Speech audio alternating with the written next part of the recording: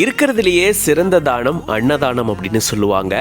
வயிற்று பசியை ஒருத்தங்களுக்கு போக்குனாவே அதுவே எவ்வளோ பெரிய ஒரு நல்ல விஷயம் அப்படின்னு நம்ம காலகாலமாக சாப்பாட்டுக்கு அவ்வளோ ஒரு முக்கியத்துவமும் அவ்வளோ ஒரு மரியாதை கொடுத்துட்டு வரோம். அந்த மாதிரி இங்க ஒருத்தர் பார்த்தீங்கன்னா தன்னால் முடிஞ்ச சில உதவியை செஞ்சிருக்காரு. ஸ்ரீனி டைசன் அப்படின்ற பேஜ்ல இருந்து இந்த வீடியோவை ஷேர் பண்ணியிருக்காங்க.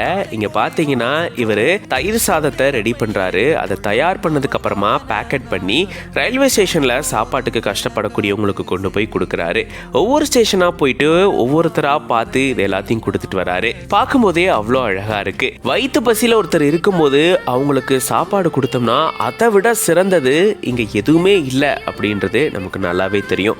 அப்படி இங்க பசியால வாடிட்டு இருக்கக்கூடிய நிறைய பேருக்கு நேரடியா போயிட்டு சாப்பாடை கொடுத்துட்டு வந்திருக்காரு. இந்த வீடியோ பார்க்கும்போது நம்மளாலையும் முடிஞ்ச அளவுக்கு நம்ம சுத்தி இருக்கிறவங்களுக்கு இந்த மாதிரி சின்ன சின்ன உதவிகளை நம்ம செஞ்சாவே அது அவங்களுடைய ஒரு முக்கியமான மாற்றத்தை ஏற்படுத்தும் அப்படின்றது நம்ம இதுல இருந்து எடுத்துக்க வேண்டிய ஒன்றா இருக்கு. இந்த வீடியோ பார்க்கும்போது நீங்க எப்படி ஃபீல் பண்றீங்க அப்படின்றத கமெண்ட்ஸ்ல சொல்லுங்க.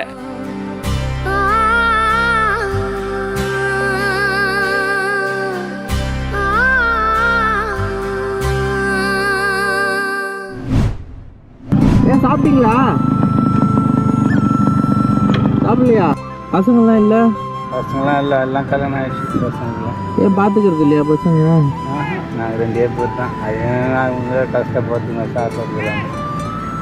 வியாபாரம் பண்ணுறீங்களா? இந்த வியாபாரம் மரம் வெட்டுற தொழிலுக்கு தான். அது கூட மரம் வெட்டுற தொழில் கூட இல்லை. இல்லை இப்போ எதுவுமே இல்லை. சாப்பாடு என்ன பண்ணுறீங்க இப்போ? நாங்கள் எங்கன்னா ரேஷன் அரிசி கொடுக்குற இடத்துல வாங்கிக்குவோம். நான் ஏதாவது சாப்பாடு வாங்கிட்டு வரேன். இப்போ இங்கே தானே இருப்பீங்க?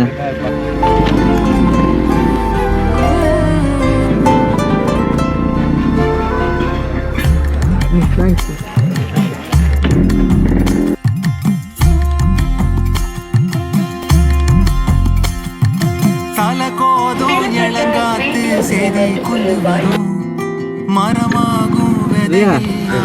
பண்ணு இருக்கு, எடுத்து இருக்கு, சிப்ஸ் கொஞ்சம் வாங்கியிருக்கேன். இப்போ கிட்ட ஏதாவது உதவி வேணும்னா உங்களுக்கு என்ன வேணும்? எவ்வளோ ஆகுது மளிகை சாமான்? 500 ரூபாயா? சரி, நம்ம ஏதாவது பண்ணலாம்.